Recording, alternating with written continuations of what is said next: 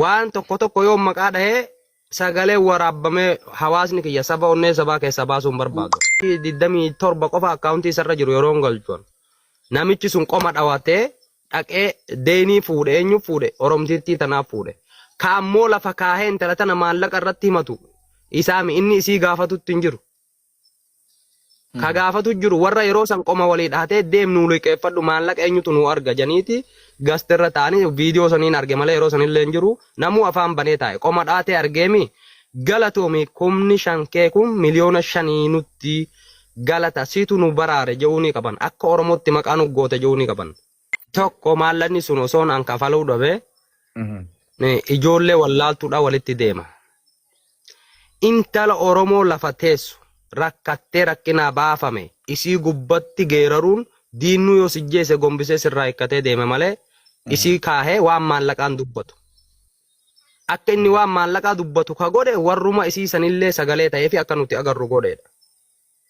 Siigala lammada mana koo fi mana kiyya yeroo jan akka oromummaan hin jirre akka dirqamni lammummaan jirre muraayyaadha achi keessatti of arge.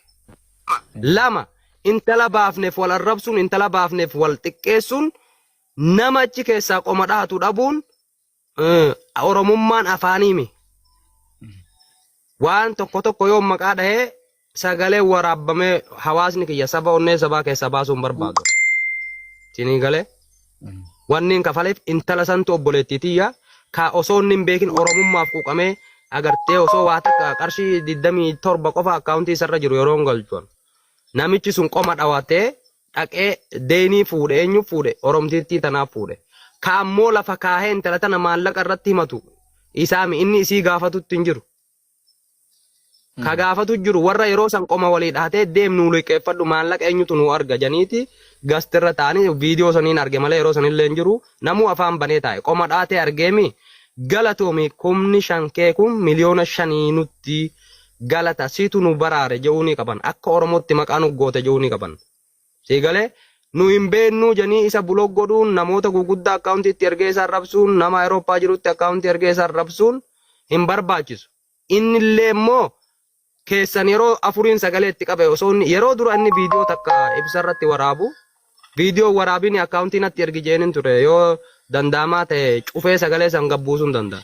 Boo nama ati nama sheekati sagaleen godhini maallaqa akkaawuntii natti ergiin jeen anna beekamtii meediyaa barbaadaami dirqama kiyya intalti Oromoo rakkattee Oromoon 46 teessu kami intala Oromoo rakkoo baafne ka dinaggee walirratti himannee intala iyyisiifne mana keessatti isii laayivii jiru bilbila irraa bunnu maal ukkaamsotti jirramu intalti ni xalafamtee maafiyaa xalafe sanirraa ammoo jeddu galeessa warra afaan jara sanii beekutu fuudhe ammallee intalti rakkina keessa jirti. Oromummaan jiraannaan intalti suni manguddoo magaalaa guguddaa keessa jiru manguddoota kutaa 11 warra afoosha jara sanii kennamu dinaggee abbaan irraa qabu haa himatu ni aanaa kafala. Maaliif Oromoo waliin tolu Oromoo waliin laafu Oromoon waliif yaadu jechuu dhabuun sun jaamuun ana biratti du'a waan ta'eef Oromoo nama 46 wal gaheeti furmaata maallaqa sanii dhabame janii namni ganda wal arrabsurra maallaqa kiyyaamii wallaahi lubbuu kiyya kennee wanni sun furmaata argatu na bakka. Agasiiti yeroo